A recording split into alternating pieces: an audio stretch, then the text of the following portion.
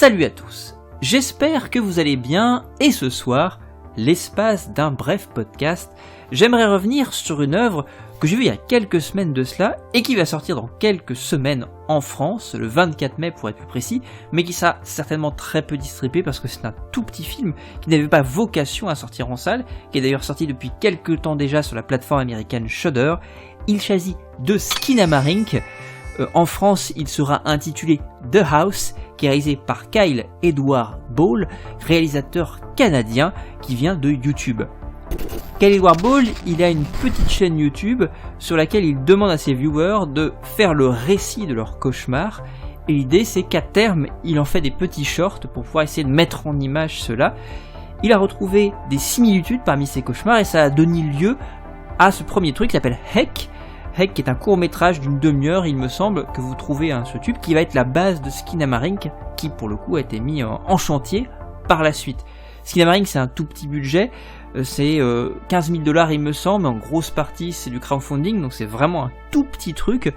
Le concept de base, si vous voulez, en plus, c'est ce cauchemar-là, ces récits récurrents qui ramènent une seule idée, qui va amener à cette narration-là, et c'est quelque chose qui va faire écho aussi au propre cauchemar du réalisateur, qui raconte aussi ce cauchemar où il se retrouve avec son frère ou sa sœur, il me semble, seul dans la maison, les parents ont disparu, il se retrouve confronté à une présence monstrueuse qui rôde dans la maison.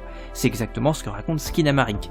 Skinamarink s'est tourné, et c'est important, dans la maison d'enfance de Kyle Edward Ball, d'où ce lien étroit tissé entre l'enfance, les cauchemars qui ont résulté ou qui ont été produits pendant cette enfance, et viscéralement en fait ce que va en faire derrière Kyle Edward Ball en termes de cinéma. Donc c'est un projet finalement très atypique, très étrange, et on va en parler, c'est un projet qui est fondamentalement expérimental. Ça vous le verrez, c'est très très très particulier, évidemment c'est un film qui peut complètement rebuter, si vous rentrez pas dedans, c'est mort, c'est très très très difficile de vous demander si vous n'avez pas d'accointance, si je puis dire esthétique, avec ce qui vous est proposé, ça fonctionnera pas. Moi, pour le coup, j'étais très étonné que ça fonctionne sur moi, n'étant pas particulièrement fan, notamment de délires tels Paranormal Activity, parce qu'on va quand même en parler, il y a quand même du lien à tisser entre les deux, le film n'étant pas un found footage en tant que tel, mais se proposant beaucoup plus d'aller du côté de l'analogue horror, mais foncièrement, il y a des choses qu'on retrouve en fait du found footage malgré tout. Le film est tourné en digital, donc ça joue beaucoup, vous allez avoir énormément de bruit dans l'image est particulièrement crade, dégueulasse, et ça laisse beaucoup de place à votre interprétation de ce que vous regardez. Vous passez votre temps à scruter chaque coin de l'écran au risque de vous faire avoir par certains biais cognitifs comme votre propension à la pareidolie, à voir des choses dans des choses qui sont pas distinctes, là où le cerveau va essayer de décrypter quelque chose dans des images qui sont extrêmement granuleuses, pleines de bruit encore une fois, et c'est ça qui fait que finalement le film en devient fascinant. C'est une vraie expérience Skinamarink. Narrativement c'est très simple, pour résumer très simplement, ça raconte l'histoire tout simplement comme je disais tout à l'heure de deux enfants qui vont se réveiller en pleine nuit, leurs parents ont disparu, il y a la télé qui tourne avec des dessins animés, ils vont se regrouper autour de cela, et il y a une présence qui leur parle, qui semble émaner du sous-sol, et vous découvrirez par la suite ce qu'il en est. Pour revenir sur un dernier point aussi concernant la jeunesse du projet, Skinamarink, c'est un truc, alors il me semble, pour avoir lu ça à droite à gauche, que c'est quelque chose qui vient, c'est une chanson, alors vous pouvez la trouver d'ailleurs sur YouTube, une chanson qui est issue d'un show pour enfants américain, et comme il est tombé dans le domaine public, ça a permis assez facilement à Kyle Edward Ball de pouvoir réutiliser ce mot-là, sauf qu'il aimait le mot parce qu'il le trouvait intéressant, notamment l'allitération du K, mais il y a également ce truc-là aussi, il l'a fait pour ne pas que les enfants tombent malencontreusement sur son film, il a modifié l'orthographe, Skinamarink s'écrivait avec deux N, Skina avec deux N, là pour le coup il a retiré un N, ce qui permet encore une fois de ne pas prendre le risque qu'un enfant qui taperait ça sur YouTube tombe sur son film. Les références de Kyle Edward Ball, elles sont nombreuses, il parle de plusieurs réalisateurs, je pense notamment finalement à cet hétéroclite, Chantal Akerman, il parle de Stanley Kubrick, il parle de David Lynch, ce qui foncièrement c'est des références qu'on peut retrouver assez aisément, en fait, on peut assez facilement discerner en fait ce qu'il a pris là-dedans, et en quoi finalement ça en fait quelque chose de très très singulier, ce mélange entre tout ça. Il parle également de Black Christmas de Bob Clark, vous savez, film de 75, qui est un petit peu une des œuvres séminales du slasher américain.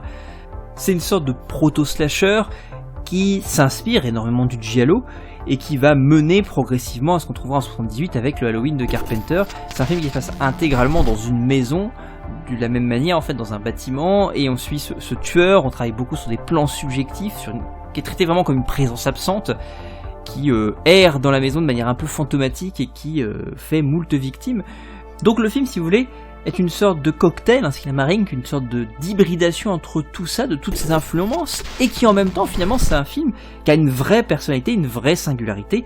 Alors, on parlait, effectivement, je parlais tout à l'heure de Paranormal Activity, évidemment, il y a quelque chose qui s'en rapproche beaucoup.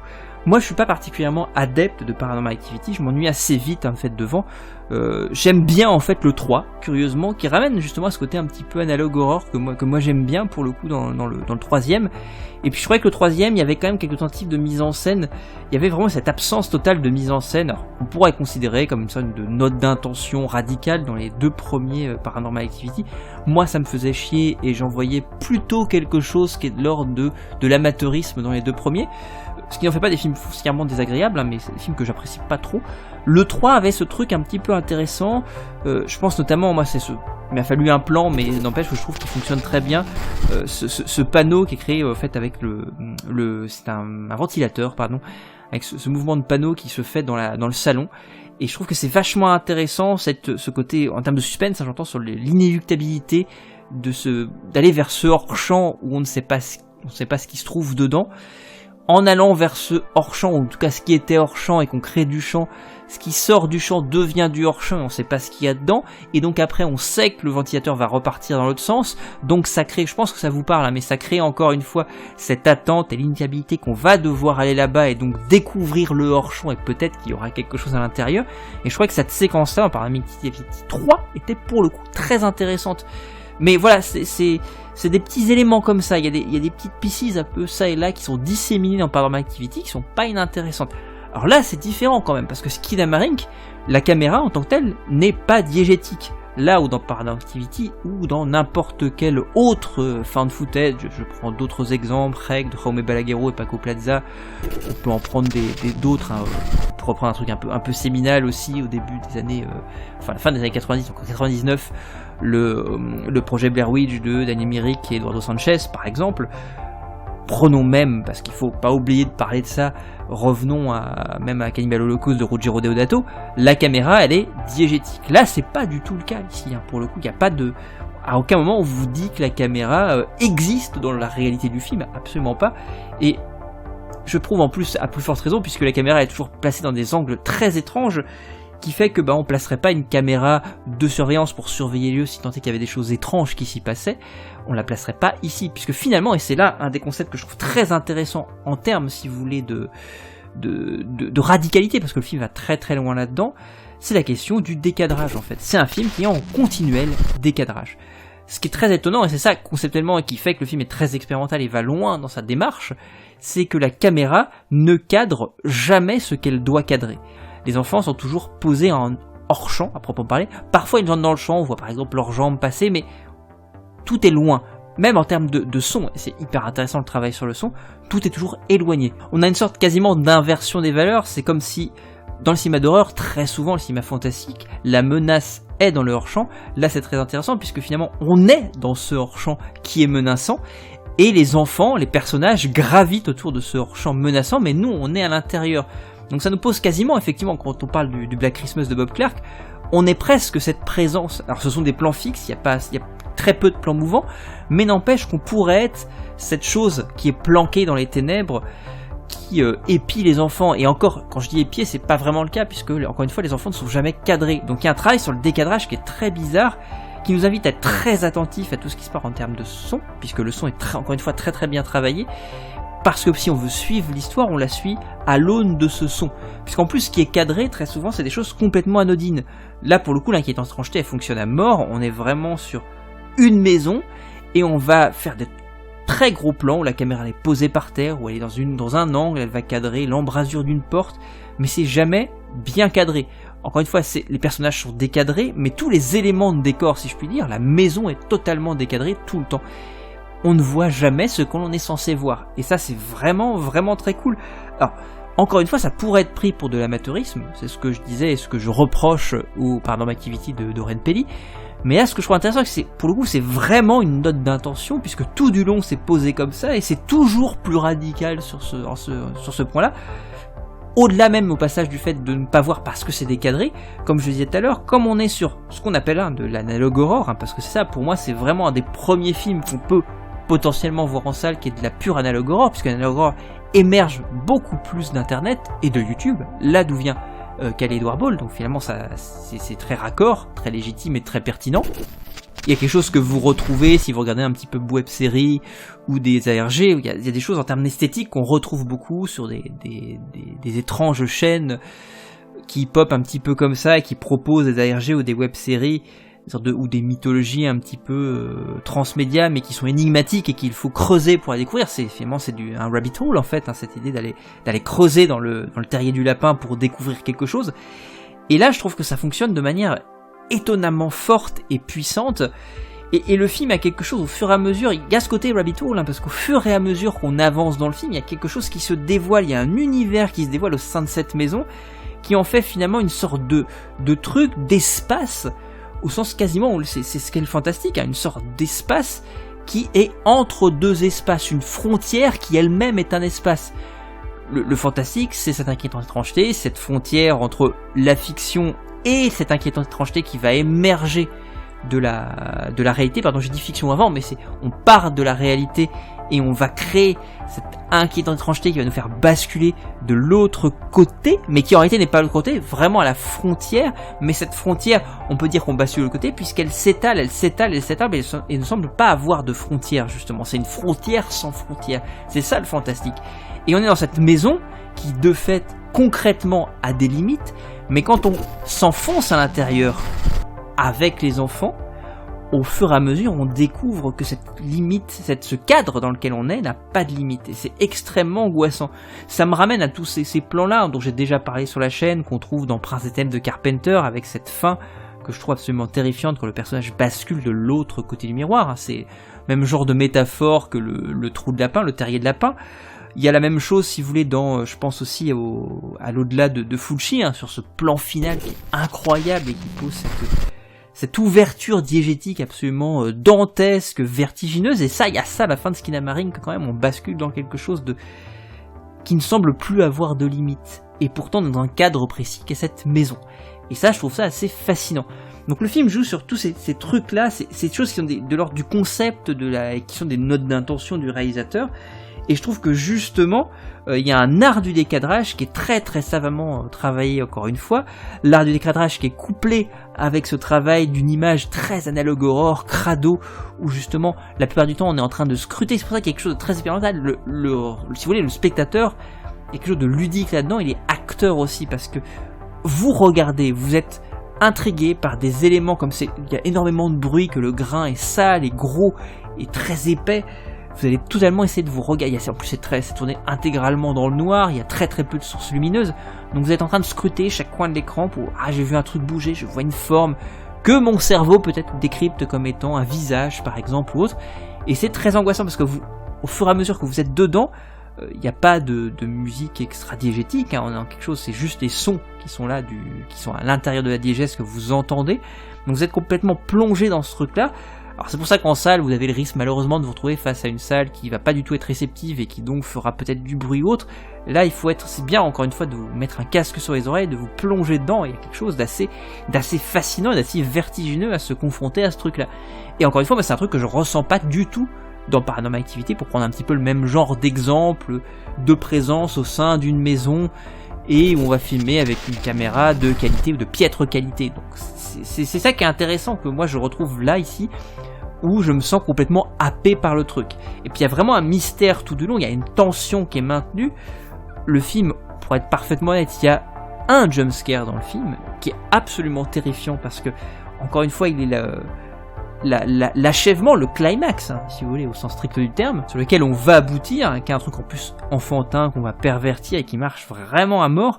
Mais le reste du temps, alors effectivement il y a des éléments sonores qui vont nous surprendre à des moments, mais on a quelque chose de très très lent, si Paranormal Activity vous trouvez ça chiant en termes de montage, là vous allez vous emmerder profondément possiblement, je dis possiblement parce que moi encore une fois, je m'emmerde devant Paranormal Activity, je ne m'emmerde pas devant Skinamarink, mais il y a potentiellement quelque chose qui peut, voilà, c'est 1h40 de plan fixe qui ne cadre jamais ce qu'il devrait cadrer. Donc c'est très très particulier, très très singulier comme démarche. C'est ça qui moi m'a fasciné complètement dans le film. Et je pense qu'en salle, je sais que potentiellement il y a des gens qui pourraient pas rentrer et que peut-être vous pourriez avoir du bruit dans une salle, mais ça peut être aussi quelque chose de très fort d'être vraiment plongé face à un grand écran, dans le silence d'une salle, dans le noir total, avec aucune capacité de fuir l'image. Je pense que c'est quelque chose qui peut être vraiment vraiment très fort. Et puis c'est 1h40, mine de rien vous les sentez, mais pas d'ennui. Il y a un vrai travail sur la dilatation du temps perçu. L'idée c'est ça, hein, c'est la base de la tension du suspense, c'est de jouer sur ces deux notions, ces deux concepts de temps vécu, temps perçu, et on va dilater le temps que l'on perçoit. Le temps vécu c'est le temps que vous vivez dans la salle face au film, 1h40 il me semble pour Skinamarink, mais on va dilater le temps que je vais percevoir, c'est la manière dont le réalisateur foncièrement va me faire comprendre à moi le temps du film. Une ellipse, ça fonctionne très bien comme ça, l'ellipse elle dure une seconde, mais moi spectateur, j'ai perçu les 20 ans qui sont passés par exemple dans une ellipse. Là, c'est la même chose, mais dans le suspense, on va dilater ce temps perçu pour qu'il paraisse très, très, très, très long. Un petit peu quand vous vous emmerdez face à quelque chose qui dure 1 heure factuellement, mais vous avez l'impression que ça dure 4 heures. Le temps que vous percevez est différent, vous le comprenez ma différence à cause de votre ennui. Là, ça pourrait arriver dans le film, potentiellement. Moi, pour ma part, c'est pas du tout le cas. En fait, la tension, la crainte, la peur, et en même temps, si vous voulez, la fascination pour ce truc-là, dont j'avais envie d'avoir le fin mot et de comprendre ce que j'étais en train de regarder, la fascination et la curiosité face à l'expérience ont vraiment dilaté le temps de manière quasi, si je puis dire, c'est très vertigineux comme truc, mais de manière complètement exacerbée, si je puis dire. Ça exacerbe ma perception du temps, et je trouve ça absolument dingue. En fait, il y a cette impression de succession de tableaux, au sens presque pictural du terme, mais de tableaux avec une esthétique analogue horreur, qu'on va scruter, qu'on va admirer, qu'on va... si vous voulez, dans lequel on va chercher des éléments d'étrangeté, mais de fait le plan est déjà étrange, donc ça a déjà cette relation d'étrangeté avec le truc, mais vous allez trouver à l'intérieur peut-être d'autres couches d'étrangeté, et ça en devient complètement fascinant, hypnotisant, et jusqu'à encore une fois un final qui va nous enfoncer de plus en plus dans une sorte de dialectique de cauchemar. Je parlais tout à l'heure un petit peu de Fulci en parlant de Lola, où il y a une vraie dialectique de cauchemar. L'idée c'est de nous plonger la tête de première dans un cauchemar.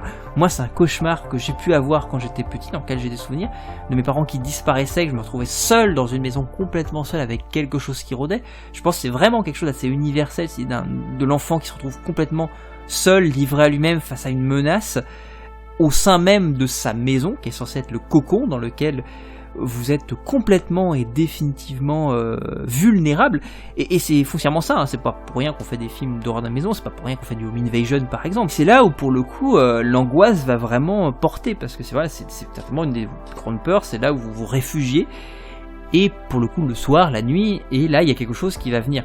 Là c'est d'autant plus beaucoup plus angoissant, c'est pour ça que les films de hantise et maisons hantées fonctionnent très bien aussi, c'est que c'est pas quelque chose qui vient même de l'extérieur, c'est quelque chose qui est tapis à l'intérieur de votre cocon. Il y a quelque chose une sorte de truc de parasite qui est à l'intérieur de votre cocon et qui va venir parasiter l'ensemble et vous rendre compte que finalement vous n'êtes même pas en sécurité dans votre propre cocon puisqu'il est déjà investi par quelque chose. Donc c'est terriblement angoissant, à plus forte raison quand vous remarquez que ce cocon-là finalement s'ouvre sur une sorte d'abîme cauchemardesque, vertigineux, qui fait que pour le coup, même dans ce truc qui vous semblait fermé, cocon, dans lequel vous êtes bien, il y a une sorte de trou abyssal, un gouffre qui s'ouvre sous vos pieds. Et c'est assez terrifiant pour ça.